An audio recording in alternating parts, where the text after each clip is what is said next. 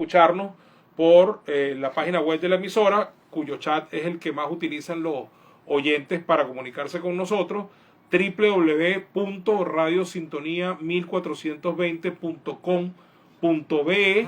Y bueno, desde ahorita los invitamos a enviar sus comentarios, sus preguntas, etcétera. De aquí hasta las 5:30 vamos a estar conversando con el reconocido economista Antonio Paiva, nuestro buen amigo, profesor de la UCB y además muy conocido por todos. Y bueno, el tema es la situación económica. Y voy a introducir a Antonio diciendo lo siguiente, ¿no? Hay algunas cifras nuevas que han sido publicadas en los últimos días, entre ellas las del Observatorio Venezolano de Finanzas, en la cual, por ejemplo, queda claro que la inflación de enero nuevamente vuelve a estar por encima del 50%, es decir, seguimos en el mundo de la hiperinflación, fue 55% exactamente, y también se acaban de publicar los precios de las canastas alimentaria y básica, donde queda claro que un venezolano común necesita una enorme cantidad de dólares para poder satisfacerla, un grupo familiar. Y bueno, también hemos visto como por ejemplo, que lo comentamos aquí la semana pasada, que la caída del producto el año anterior fue de 41%, y que tenemos ya varios años seguidos cayendo, así como tenemos varios años seguidos con la inflación más alta del mundo.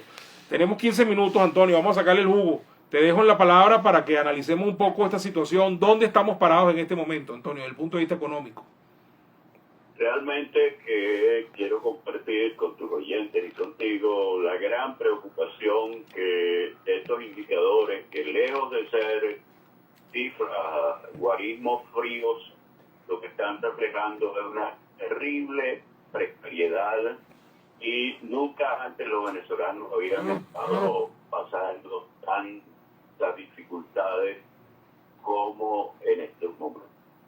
Para tener una idea de lo que significa un 40% menos, eso lo que quiere decir es que la torta que se hizo en Venezuela, integrada por todos los bienes y servicios, no hablemos de torta que es peyorativo, más bien como un pastel, pues, para celebrar un cumpleaños.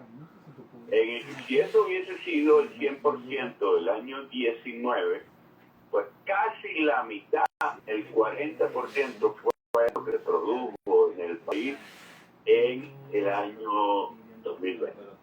Es decir, que ya veníamos de una secuela de reducciones de la producción de bienes y servicios, pero el año pasado llegó a ese extremo de reducirse todavía un 40%, que ya venía de otro 40%, y así ves tú como ya es una escena común, gente metida en los contenedores de basura buscando qué comer, gente deambulando porque no tiene trabajo, la situación de los profesores universitarios en la cual tú y yo nos encontramos, en donde acabamos de cobrar el salario de la UCB, para que los oyentes tengan una idea, y nuestra quincena no llegó a $4.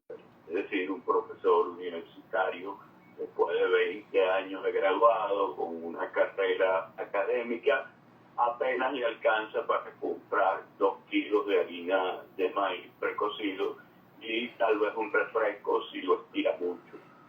Es decir, la situación que está pasando el venezolano, el jefe de familia, el ama de casa, es terrible. Una de las situaciones que yo comparo, tú me reforzarás, con uno de los episodios más tristes de la historia de Venezuela, que fue la Guerra Federal. Así es. Ahí habían dos bandos, pues, los liberales, los conservadores. El que llegaba a una hacienda, se comía las vacas, violaba a las mujeres, mataba a los hombres e incendiaba el fondo. Y cuando salía, pues ya no quedaban sino cenizas. Y eso se repetía a diario. Al final de ese largo proceso de 5 años, el país quedó con menos población y con cero producción. Yo creo que ese episodio triste, lamentable, deplorable de la historia de Venezuela, lo que estamos viviendo hoy es de una magnitud similar. Así es. Bueno, sí, efectivamente así fue en la Guerra Federal, y le añado otra cosa. Cuando Zamora llegaba a los pueblos, quemaba también los registros para que no quedaran documentos de las tierras, porque parte de su consigna era quitarle las tierras a los que las tenían, ¿no? Pero bueno, sí, el panorama es bastante desolador, Antonio. Lo que tú acabas de decir es muy contundente. Es como si hubiéramos perdido casi la mitad del tamaño de nuestra economía anterior. Y hasta donde yo entiendo, corrige tú, tenemos varios años en esto. Es decir, el año pasado cayó también 30 y pico por ciento, el antepasado cayó 25%, en el 2017 cayó también un porcentaje.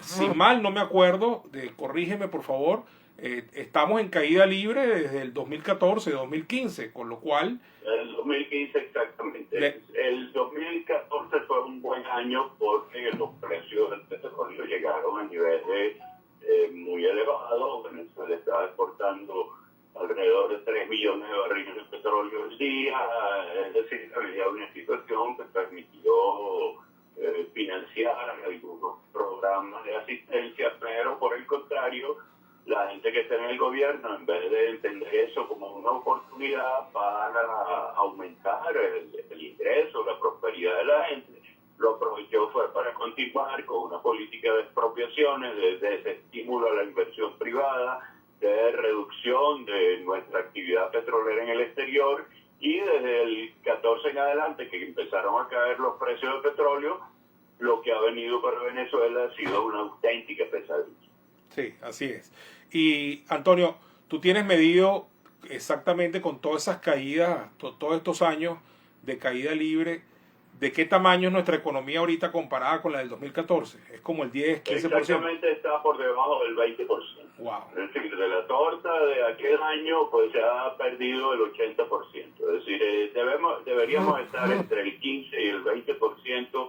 La cifra, por supuesto, hoy en día los economistas y los investigadores, los científicos, los académicos tienen dificultad porque la información oficial de estadística, que de acuerdo con los convenios que Venezuela tiene suscritos con Naciones Unidas, son de obligatoria presentación, y eso va a tener un impacto terrible que ya te voy a comentar, pues no existe, pues, pero uno tiene indicadores que más o menos te van señalando por dónde es que van los caminos de la producción. Cuando ves que se te reduce la cartera de clientes, colegas tuyos abogados que cada vez que van, como están dando los bufetes se están convirtiendo en oficinas de cualquier cosa donde se transan y se negocian hasta comida y libros y útiles, porque sencillamente no hay trabajo, porque esto que ocurre a nivel de la economía está ocurriendo también a nivel de la administración pública,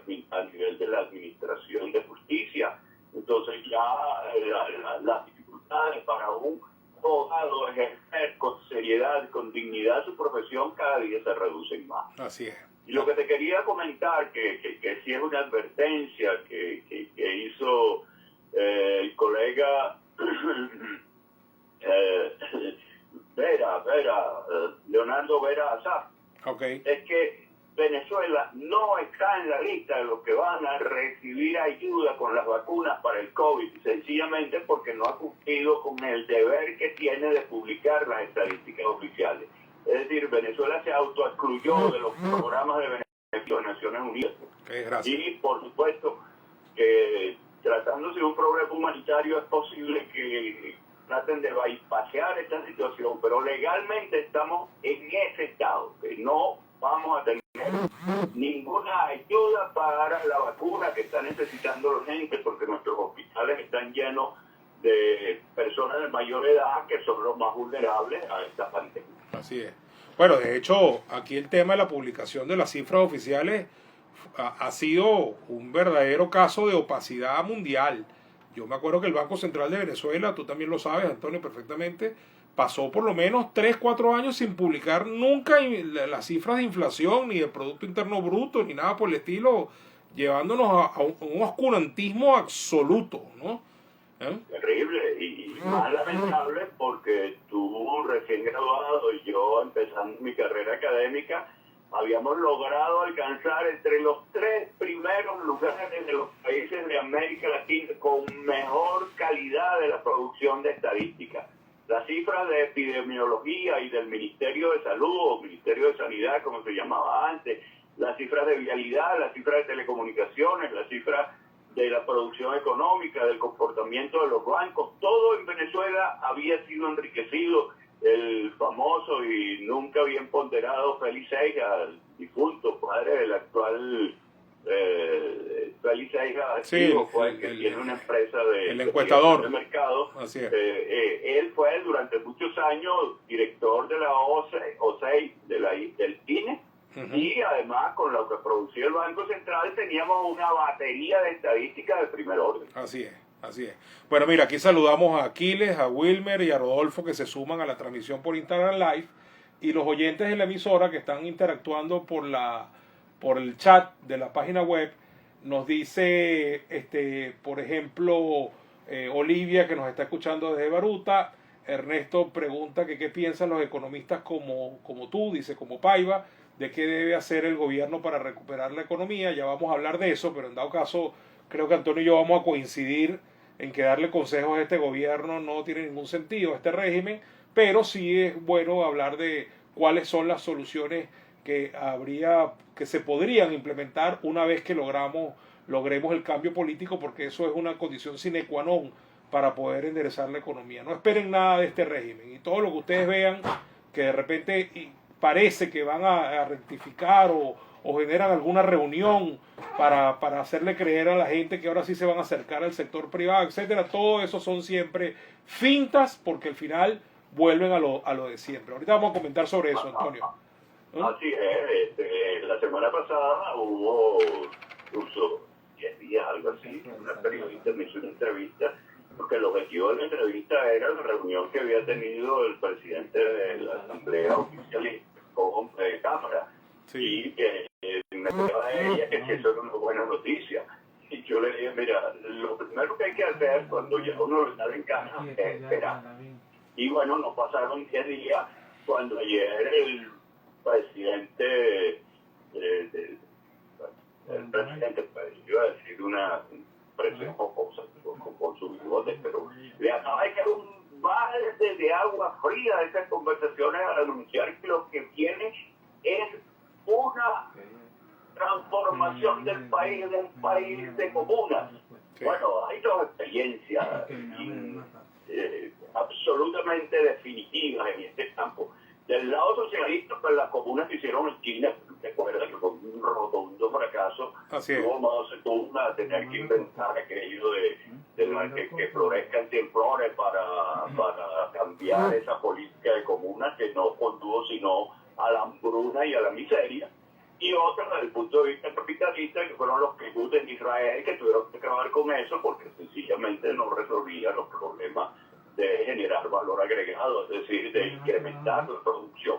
Entonces, en cualquiera de los dos casos es un disparate. Y aquí, muchísimo más cuando es un país en donde no hay producción agrícola, no hay producción petrolera, no hay producción de ningún sector, y eso lo que hace es condenar a la gente a más penuria y, por supuesto, a desnudar de que lo que el régimen estaba buscando con esas conversaciones con Fede Cámara era sencillamente ganar tiempo.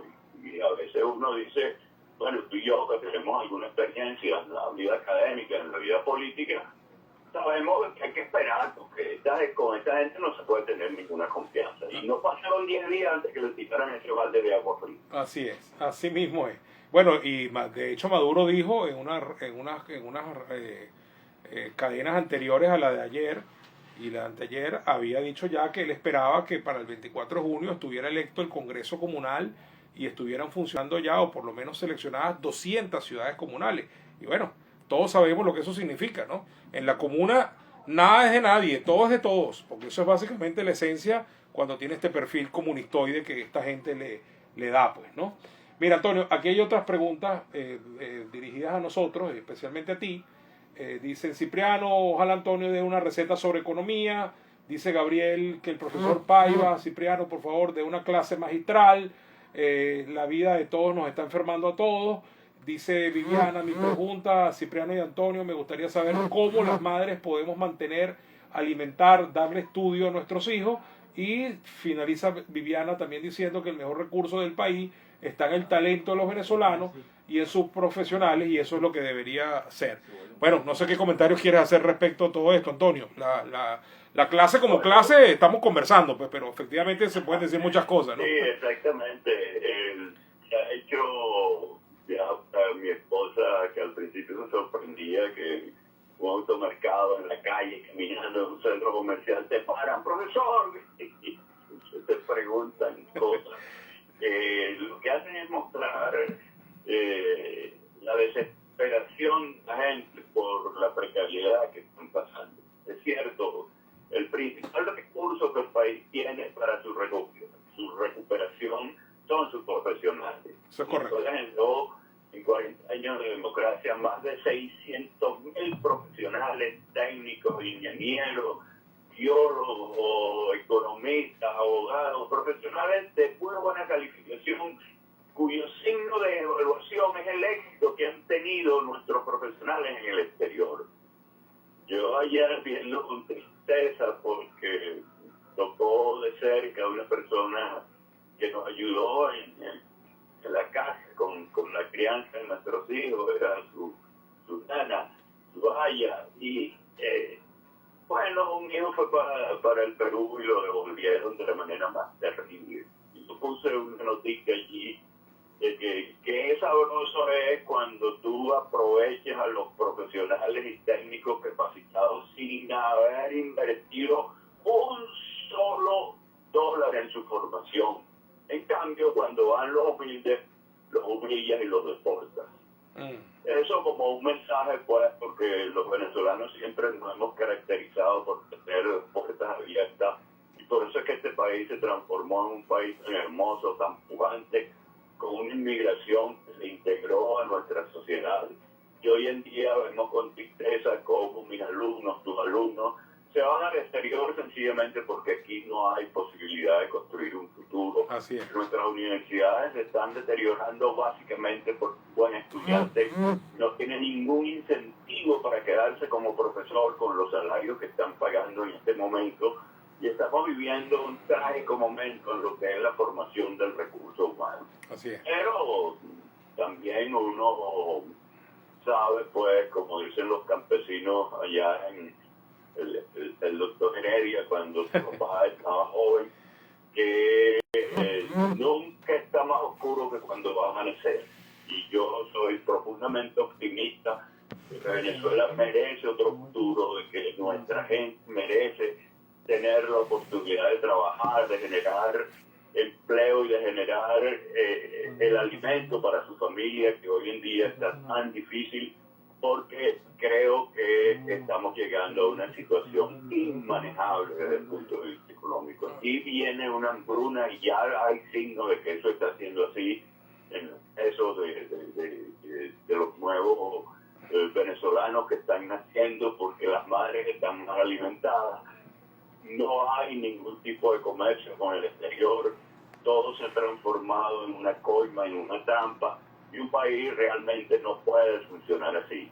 Y uno, bueno, yo decía con cierta ironía a la periodista que me entrevistó, que hay que hacer. Le digo, bueno, tenemos 4 vírgenes, tenemos a la Divina Pastora, tenemos a la Virgen del Valle, tenemos a la Chica. Hay que tener fe de que los venezolanos podemos recuperar. Y tú tienes toda la razón cuando dices que no hay receta económica que funcione si no hay un cambio político, si no hay un cambio en lo que se refiere al respeto a la ley, a las reglas del juego, porque ningún inversionista va a venir a Venezuela exponiéndose a que no pueda remitir dividendos y oponiéndose a que le dé como destruir la economía, destruir el aparato productivo. Así es. Antonio, nos queda exactamente 1 minuto y quiero terminarlo de buena manera porque tu diagnóstico y tus comentarios sobre la situación actual han sido maravillosos y además ilustran perfectamente cuál es la situación, pero quisiera que en 1 minuto fuéramos un poquito más allá. Se dio el cambio político esta noche.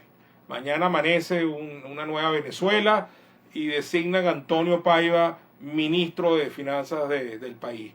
¿Cuáles son las 3 primeras medidas que Antonio Paiva le recomendaría al presidente o él mismo asumiría para poner a rodar esta máquina que se llama Venezuela, que tiene un enorme potencial y un gran talento, pero que está semidestruida y paralizada por la acción y la omisión de este régimen. ¿Qué haría Antonio Paiva? Las 3 primeras cosas que haría Antonio Paiva en un minuto. Vamos a ver.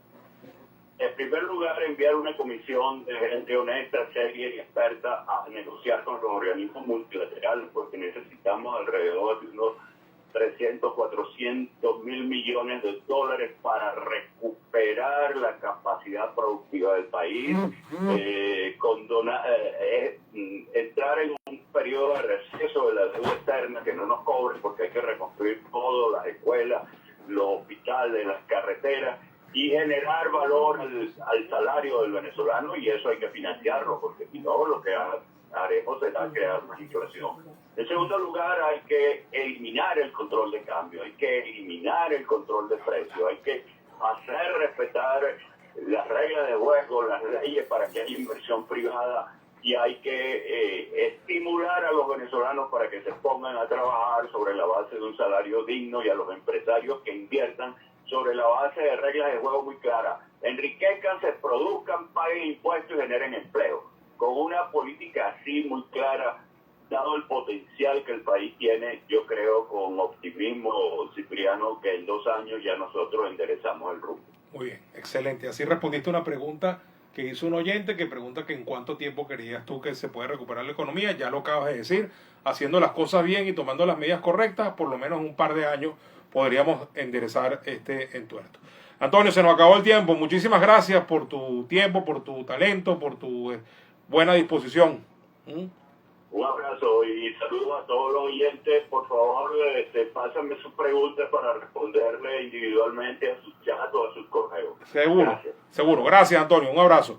Bueno, amigos, fue Antonio Paiva, reconocido economista, profesor de la UCB, y con esto nosotros vamos entonces al corte y ya regresamos. Y aquí los que nos están viendo por Instagram, cortamos esta transmisión e iniciamos una nueva cuando volvamos. Gracias. Nos vemos ahora.